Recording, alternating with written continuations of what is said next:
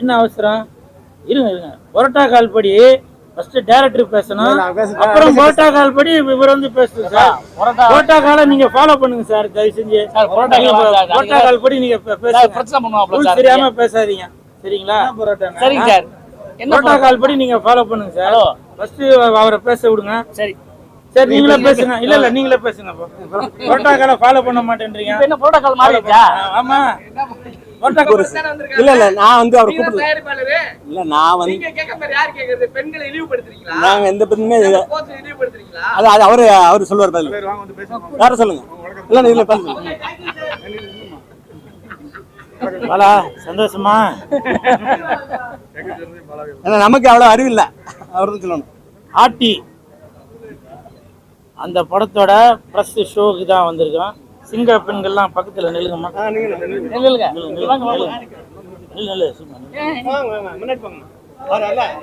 இந்த ஆட்டி படம் பார்த்தேன். படம் நல்லா அருமையா இருக்கு. இப்போ உள்ள காலகட்டத்துக்கு ஏற்ற மாதிரி இப்போ சில பத்திரிகையாளர் கேட்டீங்க, பெண் வேடம் போட்டு வந்திருக்காரு கூல் சுரேஷ் அப்படின்னு. இதைதாங்க நானும் கேட்குறேன். சிஎம் விஜய் சார், மாண்புமிகு தமிழக முதலமைச்சர் விஜய் சார், நாட்டில் நடக்கிற அந்த சிறு குழந்தைகளுக்கும் பெண்களுக்கும் பாலியல் அந்த மாதிரி தொந்தரவுலாம் நடக்கக்கூடாது, அதை இறுதி வேரோட அறுக்கணும் அப்படின்ற ஒரு எண்ணத்துல தான் இந்த சிங்கப்பெண் திட்டத்தை கொண்டு வந்திருக்காரு. இப்போ அவங்க கேட்குறாங்க, பெண் வேடம் போட்டு வந்திருக்காரு அப்படின்னு. ஒரு பெண்ணுக்கு ஒரு ஆண் சப்போர்ட் பண்ண கூடாதாங்க? இப்படி ஒரு விஷயத்திலையும் கேட்காம தள்ளி தள்ளி போனதாலதான் இன்னைக்கு பெண்களுக்கு இவ்வளவு பிரச்சனை நடந்துட்டு இருக்கு. அப்போ நீங்க அந்த பெண்ணுக்கு ஏதாவது ஒரு சம்பவம் நடந்ததுக்கு அப்புறம் தான் நீங்க பேஸ்புக்லயும் ஆன்லைன்லயும் போட்டு இந்த பொண்ணுக்கு இப்படி நடந்திருக்கு சிஎம் சார், நீங்க இதை கேட்க மாட்டீங்களா அப்படின்னு சொல்லி நீங்க அப்பதான் ஆம்பளையா மாறுவீங்களா? ஒரு பெண்ணுக்கு இந்த மாதிரி ஒரு துயர சம்பவம் நடக்கும் போது அப்ப நீங்க தட்டி கேட்க மாட்டீங்களா? நடப்பதற்கு முன்னாலே இந்த மாதிரி சம்பவங்கள் எதுவும் நடக்க கூடாது என்று தட்டி கேட்பவன் தாங்க ஆணு. சும்மா இப்ப நான் கூட வேஷம் போட்டு வரல. ஒரு பெண்ணுக்கு, ஏன்னா நானும் அக்கா தங்கச்சியும் கூட பிறந்தவன். இந்த நாட்டில் ஏதாவது ஒரு பெண்ணுக்கு ஏதாவது ஒன்று நடந்தால் அது என்னுடைய சகோதரிக்கு நடந்த மாதிரி தான். அந்த ஒரு எண்ணத்துல தான் இன்னைக்கு இந்த சிங்கப்பெண்கள் அந்த திட்டத்திற்கு சப்போர்ட் பண்ணணும். மாண்புமிகு தமிழக முதலமைச்சர் விஜய் சாருக்கு சப்போர்ட் பண்ணணும் தான் வந்தேன். நீங்க தானே சொன்னீங்க மாற்றம் வேணும், மாற்றம் வேணும்னு. மாற்றம் வேணும்னு சொல்லுவீங்க, ஆனா நீங்க மாற மாட்டீங்க. மாற்றம் வேணும்னு சொல்லுவீங்க, ஆனா நீங்க மாற மாட்டீங்க.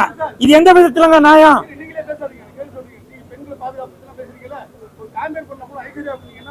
சார், இததான் சார் நான் இப்ப இல்ல இந்த சார் இந்த கருத்து இல்ல சார், இந்த கருத்து ரொம்ப நாளாவே இருக்கு. இப்ப சொல்றேன் சார். அன்னைக்கு சார் சொல்ற கேளுங்க சார். சார் கேள்வி கேட்டீங்க, நான் பதில் சொல்லுங்க சார். இல்ல சார், சார் நீங்க கேள்வி கேட்டீங்க, நான் பதில் சொல்றேன் சார். அன்னைக்கு நான் மாலை போட்டது ஏதாவது ஒரு தவறான ஒரு விதத்திலையா? எல்லாருக்கும் மாலை போட்டாங்க, அந்த சகோதரிக்கு அந்த தங்கச்சிக்கு மாலை போடலையே அப்படின்னு சொல்லி போட்டதுதான். அந்த பொண்ணு வேற ஏதோ ஒரு இதுல அது ரியாக்ட் பண்ணிருச்சு, எல்லாமே மாறி போச்சு. இவ்வளவு சொல்றீங்களா? நான் பல உண்மைகள் சொல்லுவாங்க. அன்னைக்கு அந்த படத்தோட தயாரிப்பாளர் மன்சூர் அலிகான் என்கிட்ட என்னென்ன பேசியிருப்பாரு உங்களுக்கு தெரியுமா? தெரியாது. அன்னைக்கு அந்த படத்தோட பப்ளிசிட்டிக்கு கூல் சுரேஷ் தேவைப்பட்டான். எவ்வளவு பேர் எனக்கு எதிர்ப்பு தெரிவிச்சாங்க. அந்த மன்சூர் அலிகான் கூட திரும்பி ஒரு பதிலுக்கு கூட என்ன நடந்துச்சுன்னு எனக்கு தெரியும் அப்படின்னு ஒரு வார்த்தை சப்போர்ட் பண்ண. ஆனால் அந்த வீடியோவை எடுத்து மலையாளத்திலையும் கேரளாலையும் தெலுங்குலையும் ஆந்திராலையும் எல்லா இடத்துலயும் போட்டு பப்ளிசிட்டி தான் பண்ணாங்க. அன்னைக்கு ஏதாவது எனக்கு ஒரு பிரச்சனை நடந்திருந்தால் புரியுதா? அதனால இருங்க சார், நம்ம வந்திருக்கிறது படத்துக்கு சார். வேற ஏதோ கேள்வி கேட்டு தயவு செஞ்சு, ஏன்னா இன்னைக்கு லட்சக்கணக்கில் பணத்தை போட்டு கோடிக்கணக்கில் பணத்தை போட்டு இசக்கி கார்வண்ணன் அவர்கள் இந்த படத்தை தயாரிச்சிருக்காரு. இந்த படத்துல நல்ல ஒரு கருத்தை சொல்லணும் அப்படின்ற ஒரு எண்ணத்துல தான் இந்த படத்தை தயாரிச்சிருக்காரு இசக்கி கார்வண்ணன் அவர்கள். நீங்க கேட்டீங்க எதற்காக சிங்க பெண்கள் கூட பெண் வேஷம் போட்டு வந்திருக்கீங்க. இந்த படம் பாத்தீங்கன்னா உங்களுக்கு தெரியும். 1870 நடந்த ஒரு உண்மை சம்பவத்தை 5 பெண்கள் தங்களுக்கு நடக்கும். சரிங்க சார், 10 வருஷம் நான் லேட்டா பிறந்துட்டேன்னு வச்சுங்க, புரியுதுங்களா? இந்த படத்துல அந்த 5 பெண்களும் சேர்ந்து அந்த பாலியல் வன்கொடுமை எதுவும் நடந்தால் எப்படி தற்காத்துக் கொள்ளணும் அப்படின்ற ஒரு விஷயத்த அப்பவே இப்ப மாண்புமிகு தமிழக முதலமைச்சர் திரு விஜய் சார் அவர்கள் இப்ப கொண்டு வந்த அந்த திட்டத்தை அப்பவே ஒரு உண்மை சம்பவமாக நடந்திருக்கு. அந்த விஷயத்த இன்னைக்கு இசக்கி கார்வண்ணன் அவர்கள் திரைப்படமாக வெளியில கொண்டு வந்திருக்காரு. நீங்க கூட கேட்டீங்க, நீங்க இந்த மாதிரி படமே எடுத்துட்டு இருக்கீங்க, கமர்ஷியலா ஒரு படம் எடுக்க மாட்டேன். இதுதான் அவர் நாட்டு மக்கள் மீது வைத்திருக்கிற ஒரு அன்பு, ஒரு பாசம். நம்ம தான் மாற்றம் வேணும் சொல்லிட்டு இருக்கிறோம். இந்த மாதிரி ஒரு விஷயங்கள் வரும்போது இந்த மாதிரி ஆட்டின்ற படத்தை நீங்க வெளியில கொண்டு வருவீங்களா? அதை செய்ய மாட்டீங்க. ஊ சொல்றியா மாமா, ஊ சொல்றியா அப்படின்னாக்கா அதுக்கு அடிப்பான், கிளாப்ஸ் பட்டாசு அடிப்பான், மோளம் அடிப்பான். ஆனால் இந்த மாதிரி ஒரு கருத்துள்ள படத்தை கொடுத்தாக்கா அதுக்கு சப்போர்ட் பண்ணுவீங்களா? பொதுமக்களே பண்ண மாட்டீங்க. இப்ப நான் சொல்றேன் சார், மாண்புமிகு தமிழக முதலமைச்சர் விஜய் சார், நீங்க தமிழக அரசுக்கு பரிந்துரை செய்து விருது நீங்க தரணும் சார். ஏன்னா இது சம்பாதிக்கணும் அப்படின்ற நோக்கத்துல இந்த ஆர்டி படம் எடுக்கல. முதல்ல ஆர்டி அப்படின்னா என்ன அர்த்தம் சொல்றேன்னு கேளுங்க.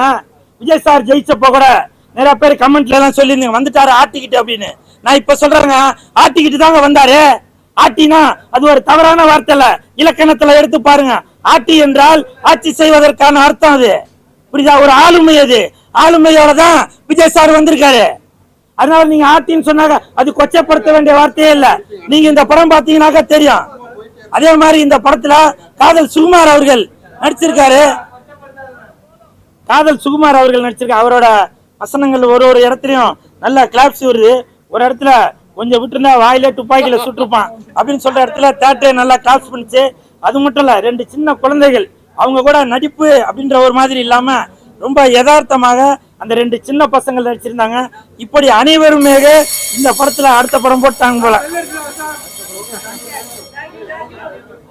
ஓகே, வந்தெல்லாம் பேசியாச்சு. ஓகே ஓகே போலாமா? மாலா ஏதோ அண்ணன் பேசலாம் எங்கேயும் போயிருங்க. அனைவருக்கும் வணக்கம். இந்த ஆர்டி படத்தினுடைய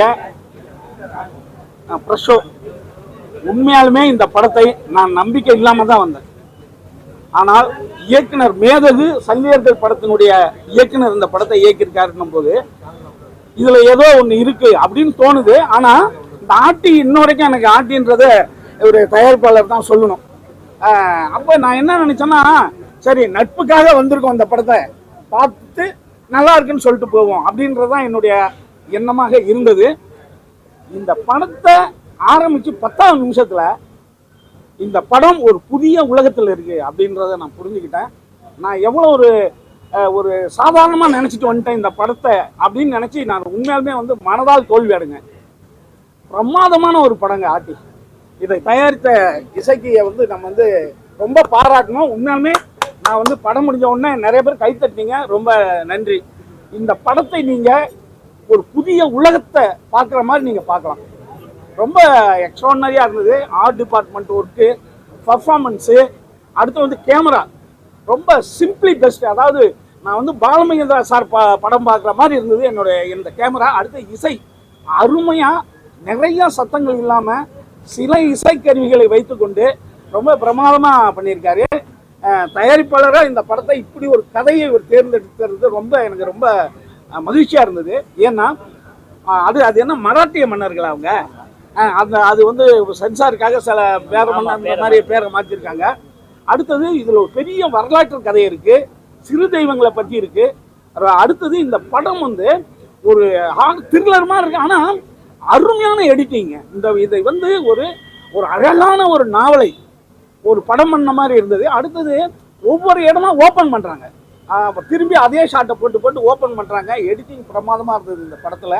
ரொம்ப இந்த படத்தை நான் ரசித்தேன். அடுத்தது ஒரு கிளாசிக்காக இருந்தது இந்த படம்.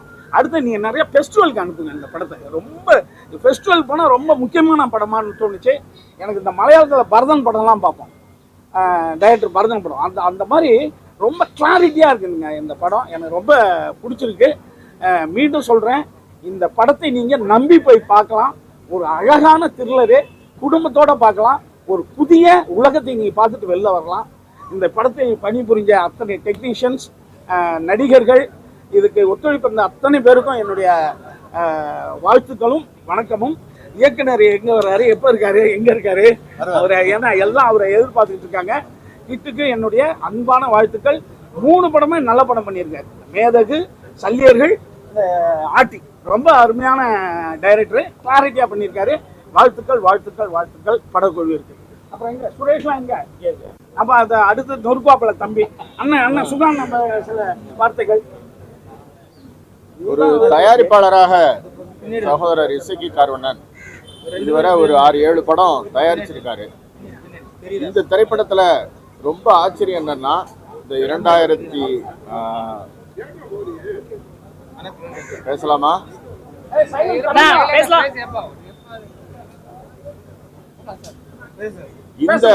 இந்த நவீன காலத்துல வர்த்தக ரீதியான நோக்கம் இல்லாம இப்படி ஒரு பரீட்சார்த்த முறையில ஒரு திரைப்படம் இயக்குறதுக்கு ஒரு துணிவு வேணும். அதுக்காக தம்பி தா கிட்டுவுக்கு எங்களுடைய பாராட்டுக்கள். ஒரு இயக்குனருடைய கனவை திரையில கொண்டு வருவதற்கு தயாரிப்பாளர் இசக்கி கார்வண்ணன் மாதிரி ஒரு புரிதல் இருக்கிற ஒரு தயாரிப்பாளரால தான் இந்த மாதிரியான படங்களை தயாரிக்க முடியும். அந்த வகையில் தயாரிப்பாளருக்கு என்னுடைய மனமார்ந்த பாராட்டுக்கள். சிறு தெய்வங்களை பற்றி பதிவு பண்ணியிருக்காரு அப்படின்னு இயக்குனர் சுப்பிரமணிய சிவா சொன்னார். இசக்கிங்கிற பெயரே சிறு தெய்வம் தான். தென் மாவட்டத்தில் இசக்கிங்கிற பெயர் ரொம்ப பரவலாக அறியப்படுகிற ஆண்பால் பெண்பால் இருவருக்குமே இசக்கிங்கிற பெயர் சூட்டப்படும். அந்த வகையில் இந்த திரைப்படத்தை சமரசம் இல்லாமல், வர்த்தக நோக்கு இல்லாமல், தான் சொல்ல நினைத்ததை சொல்வதற்கு இயக்குனர் தா கிட்டுவுக்கு உறுதுணையாக இருந்த தயாரிப்பாளர் இசக்கி கார்வண்ணனுக்கும், நடிகராக அவதாரம் எடுத்திருக்கும் இசக்கி கார்வண்ணனுக்கும், படக்குழுவினருக்கும் எனது மனமார்ந்த பாராட்டுக்களை நான் தெரிவித்துக் கொள்கிறேன். நன்றி.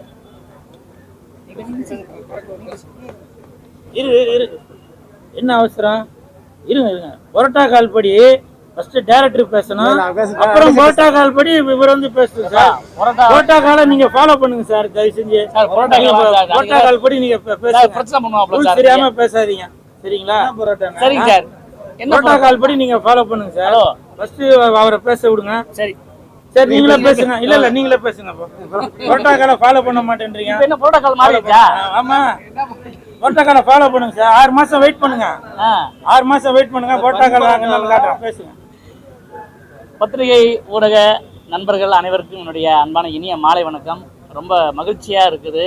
ஆட்டி அப்படிங்கிற ஒரு படத்தில் நானும் ஒரு கதாபாத்திரமாக பங்கு பெற்றது உண்மையிலேயே இந்த வாய்ப்பினை எனக்கு கொடுத்த இயக்குனர் கிட்டு அவர்களுக்கு என்னுடைய மனமார்ந்த நெஞ்சாத நன்றியை தெரிவிச்சுக்கிறேன். எப்பயாச்சும் அத்திப்புத்த மாதிரி சில நல்ல படங்கள் நமக்கு அமையும். ஒரு நடிகனாக அடுத்த கட்டத்துக்கு போகிறதுக்கு அது ரொம்ப முக்கியமான விஷயம். ஆனால் இந்த படத்தை பொறுத்த வரைக்கும் ஒட்டுமொத்தமான ஒரு டெக்னிக்கல் டீமும் எப்படி வேலை பார்த்துச்சு அப்படின்னு சொல்லி கூடவே இருந்து நான் பார்த்தேன். ஸோ ரொம்ப நெருக்கடியான நிறைய இடங்களில் ஷூட்டிங் பண்ண முடியாத இடம், அதாவது வண்டியே போக முடியாது, நீங்கள் படத்தில் பார்த்துருப்பீங்க. அந்த மாதிரியான விஷயங்கள் தான். அதையெல்லாம் தாண்டி அண்ணன் இயக்குனர் சுகா சார் சொன்ன மாதிரி ஒரு நல்ல புரிதல் உள்ள ஒரு இயக்குனர் தான். இந்த மாதிரியான வியாபார நோக்கு இந்த படத்தை போட்ட பணத்தை எடுத்துடலாமா, ஒரு 2 மடங்கு லாபம் வருமா அப்படின்னு நினச்சி அணுகிற தயாரிப்பாளர்கள் நிறைய பேர் பார்த்துருக்கோம். அப்படி இல்லாமல் காம்ப்ரமைஸாக ஆகாமல் இயக்குனர் நினச்சதை எப்படியா திரையில் கொண்டு வந்தோம் அப்படின்னு அது எவ்வளோ மெனக்கடல் இருந்தது அப்படிங்கிறத நானும் கூட பார்த்துருக்கேன். உண்மையிலே மியூசிக் இசையில் இருக்க டெப்சனாக இருக்கட்டும். இந்த படத்துக்கு மிகப்பெரிய இன்னொரு பலம் என்னன்னு பார்த்தீங்கன்னா களவாணி திருமுருகன் சார். ஏன்னா அவருடைய திரைக்கதையில் தான் படம் முடிஞ்சதுக்கப்புறம் எடிட்டிங் டேப்பில் தான் அந்த படம் பின்னால் ரொம்ப பெரிய அளவில் உருவாச்சு. அடுத்தடுத்த நல்ல நல்ல படங்களை பண்ணிகிட்டு இருக்க காரணன் சார், இசக்கி சாருக்கு என்னுடைய வாழ்த்துக்களையும் நன்றி நான் தெரிவிச்சுக்கிறேன். ஏன்னா அவருடைய இன்ன வரைக்கும் சரி, அடுத்ததாவது ஒரு பெருசாக ஒரு காம்ப்ரமைஸ் பண்ணி நம்ம ஒரு அடுத்த வியாபார சினிமா பண்ணிடலாமா, வியாபாரத்தில் போயிடலாமா, கமர்ஷியலாக பண்ணலாமா, ஏதாவது காமெடியாக பண்ணலாமா அப்படின்லாம் யோசிக்காமல் இன்ன வரைக்கும் ஒரு நல்ல படங்களாக தேர்ந்தெடுத்து அவர் பண்ணிகிட்ருக்காரு. அடுத்தடுத்த படைப்புகள் அப்படி தான் வரும். அப்புறம் இன்னொரு விஷயம், இந்த படத்தில் நடித்த ஒவ்வொரு நடிகர்களும், அந்த வில்லன் நடித்தது அபி நட்சத்திரா, சவுந்தர் அண்ணன் எல்லாருமே ரொம்பவும் பண்ணாங்க. நீங்கள் படம் பார்த்துருப்பீங்க, தெரியும். இப்போதைக்கு உள்ள சூழ்நிலையில் ஒரு விஷயத்தை யோசித்து இப்போ இருக்க நம்முடைய சிஎம் அவர்கள் வந்து சிங்கப்பெண் அதிரடிப்படை அப்படின்னு ஒரு விஷயத்தை பண்ணியிருக்காங்க. ஆனால் 1800களிலேயே இதற்கான ஒரு பிள்ளையார் சொல்லி போடப்பட்டு விட்டது அப்படிங்கிறத கதையில் அழகாக எடுத்து இந்த படத்தில் வந்து தெரிவிக்க விட்டுருக்கார் இயக்குனர். ஆனால் இப்போ உண்மையிலே பெண்கள் மீதான பாலியல் குற்றங்களுக்கு எங்கே இருந்தாலும் நாங்கள் வந்துடுவோம் அப்படின்னு அதிரடிப்படையை உருவாக்கியிருக்காரு, சிங்கப்பெண் அதிரடிப்படையை. எங்கள் படத்தில் நீங்கள் இந்த படம் பார்க்க வர மக்களுக்கு நான் சொல்கிறது எப்படின்னா, இதன் மூலமாக நான் வந்து தமிழக அரசுக்கும் ஒரு வேண்டுகோளை வைக்கிறேன். இந்த படத்தில் எப்படி வந்து ஒரு தண்டனை கொடுக்கப்படுகிறதோ அந்த அதிரடிப்படையை வச்சு, அதே மாதிரி தான் சிங்கப்பெண்ணும் நடந்துட்டா அடுத்த ஒரு வருஷத்துக்குள்ள மிகப்பெரிய மாற்றத்தை தமிழகமே காணும் அப்படிங்கிறது தான் என்னுடைய ஆவல். இதை நான் என்னுடைய சார்பாக என்னுடைய கருத்தை நான் அதை பதிவு பண்ணிக்கிறேன். நன்றி. தியேட்டருக்கு வாங்க, குழந்தைகளோட வாங்க. ஏன்னா நம்ம மறுக்கப்பட்ட பெரிய வரலாறு இந்த படத்தில் ரொம்ப அழகாக சொல்லியிருக்கோம். நன்றி, வணக்கம், தேங்க்யூ ஸோ மச். ஏன்னா புரோட்டா கால் இல்லையா? அனைவருக்கும் வணக்கம். இந்த படம் ஒரு சிறப்பான பதிவு. எல்லாருக்கும் இந்த ஆட்டிங்கிறதுல அந்த பேரில் வந்து நிறைய பேருக்கு, அதுவும் இந்த மெட்ராஸ் பக்கம் வட தமிழ்நாட்டில் வந்து பார்த்தீங்கன்னா ஒரு பெரிய ஆட்டி அப்படிலாம் சொல்லுவாங்க. அது உண்மையிலேயே அவர் பெரிய ஆட்டி தான். என்னென்னா ஆளுமை, ஆட்டியினுடைய வந்து உண்மையான பேர் ஆளுமை. ஆட்சி, ஆயன் ஆட்சியில் ஆரம்பிக்குது. ஆயன் ஆட்சி அது அப்படியே வரிசையாக வரும். நம்ம ஊரில் ராமநாதபுரம் பக்கம் போவாங்க, அத்தாச்சி சொல்லுவாங்க. ஏன்னா குடும்பத்தில் மூத்த பெண்ணு அவங்க ஆட்சி செய்கிறதுனால அந்த ஆட்சி. அது மாதிரி மீனாட்சி, தென் மாவட்டங்களில் போகும்போது அண்ணாச்சி சொல்லுவாங்க. இது எல்லாமே அந்த இதில் தான் வருது, ஆளுமை. அதுதான் அந்த படத்துடைய பேர். அது வந்து இந்த பெண்கள், இப்போ இந்த சிக்க பெண் சொல்கிறாங்க இல்லையா, இவங்களுடைய ஆட்சி. இப்போ இவங்க ஆட்சி ஒழுங்காக ஆட்சி பண்ணாங்கன்னா குற்றங்கள் நடக்காது, தண்டனை. இவர் எல்லாமே சொல்லிட்டாரு காதல் சுகுமார். அந்த பெண்களுக்காக, பெண்கள் ஆட்சிக்காக இந்த படத்தை நாங்கள் சமர்ப்பிக்கிறோம். அனைவரும் இந்த படத்தை பார்த்து மக்களிடம் கொண்டு சென்று இது பேசப்பட வேண்டும். அதற்கு முன்னாக பத்திரிகையாளர்கள் இது பேச வேண்டும் என்று நாங்கள் கேட்டுக்கொள்கிறோம். உங்களுக்கு ரொம்ப நன்றி. என்ன கடைசியாக அதே மாதிரி தான் இந்த படத்தில் நடிச்சிருந்தேன், அவரை பார்த்துருப்பீங்க, படம் ஃபுல்லாக நடிச்சிருந்தேன். அந்த இளைஞன் எங்கள் கூட இல்லை, அந்த ஒரு வருத்தமும் இருக்கிறது. அவருடைய ஆசை ஒரு பெரிய நடிகர் ஆகணும்னு, அந்த ஒரே படத்தில் அவருடைய ஆசை நிறைவேற்றணும். அதுக்கு பத்திரிகையாளர்களை அதை கொண்டு போய் சேர்க்கணும் என்று கேட்டுக்கொள்கிறேன். நன்றி, வணக்கம். இயக்குனர் வரலையாண்ணா? இயக்குனர் வெளியே போயிருக்கேன். பேசுறீங்களா?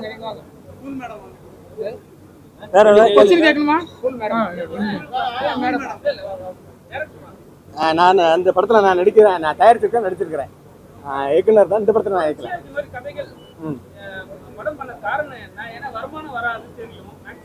ஆமாம் ஆமாம் ஆமாம். இது ஒரு கிறுக்கு தான், அதுக்கும் ஒரு கிறுக்கு தான் எனக்கு. ஏன்னா தொடர்ச்சியாக ஒரு படம் ரெண்டு படத்தில் பகுதி படத்துல இருந்து பார்த்துருப்பீங்க, எல்லாமே தொடர்ச்சியாக ஏதாவது சொல்லிக்கிட்டே இருக்கணும் அப்படின்னு தான் தோணு. தவிர அந்த கமர்ஷியலாக நம்ம வாழ்க்கையில் பண்ண காதல், நம்ம பண்ண சேட்டைகளை நம்ம கதையாக சொல்லலை. அது நான் இந்த இடத்துல இருக்கும்போது அதை சொல்லணும்னு நினைக்கிறோம். ஏன்னா இது போதும், மெசேஜ் யாருமே மக்கள் இது பண்ணல, ஏற்றுக்கிறது இல்லை மெசேஜை. ஆனால் இந்த படம் மெசேஜ் கிடையாது. இது ஒரு கமர்ஷியல். அதாவது இந்த சொல்கிறாங்கல்ல, இந்த சிறுதெய்வங்கள்லாம் யாருன்னு பார்த்தீங்கன்னா, அவர் பாதிக்கப்பட்டு இந்த மாதிரி வில்லத்தனமாக இருப்பாங்க இல்லையா, இந்த மாதிரி இப்போ இந்த சிங்கப்படம் அமைச்சிருக்க ஒருத்தர் தப்பு செஞ்சால் அவனை கொல்றது, அவனை அடிக்கிறது, தண்டனை கொடுக்கறது, அதுதான் இப்போ நீங்கள் சொல்கிறீங்களா கமர்ஷியலுங்கிறது. அது என்னது?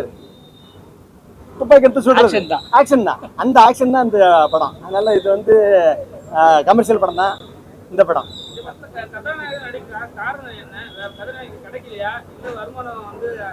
இல்லை வேற அதில் வந்து அது நம்ம சொல்லாண்டாம். ஏன்னா சினிமாலே இருக்கிறோம், நம்ம எந்த எவ்வளவு பெரிய கதாநாயகரை வச்சு நம்ம இது வரைக்கும் எடுத்ததில்ல.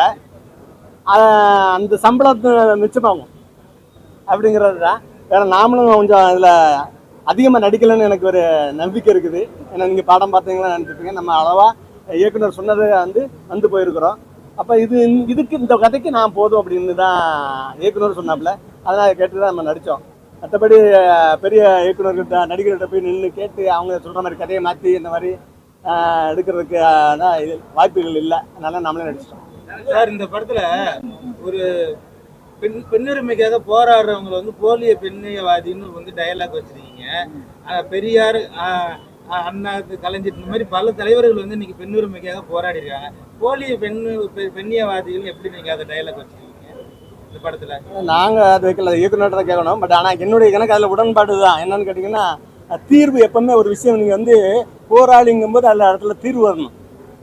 தீர்வு வரலாமல் வேறு பேசிக்கிட்டே போயிட்டான். முன்ன நீங்கள் சொல்கிறீங்க இல்லையா, ஒரு நூற்றாண்டு பேசிக்கிட்டே போயிட்டோம்.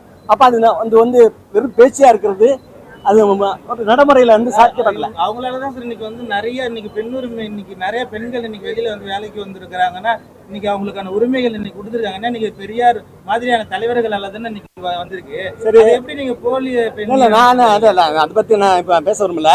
ஆனால் இங்கே அப்பா உங்கள் அப்பா அம்மா, உங்கள் அம்மா இருப்பாங்க, உங்கள் பாட்டி இருப்பாங்க, அவங்க வீட்டில் அடைபட்டு இருந்தாங்களா?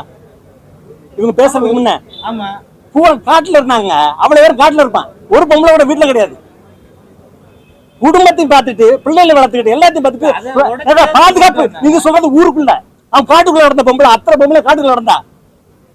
ஒரு பொம்பளைக்கு எந்த பிரச்சனையும் வரல. நீங்க சொன்னீங்க இந்த புரட்சி பின்னாக்கு எல்லாம் இப்ப சொன்னதுக்கு அப்புறம் தான் இந்த பொம்பளை வீட்டுக்கு வந்தா நேரா என்ன பண்றானுங்க, அதெல்லாம் சொல்ல பேச விரும்பல. அது வந்து அன்னைக்கு ஒரு பிரச்சனை கிடையாது.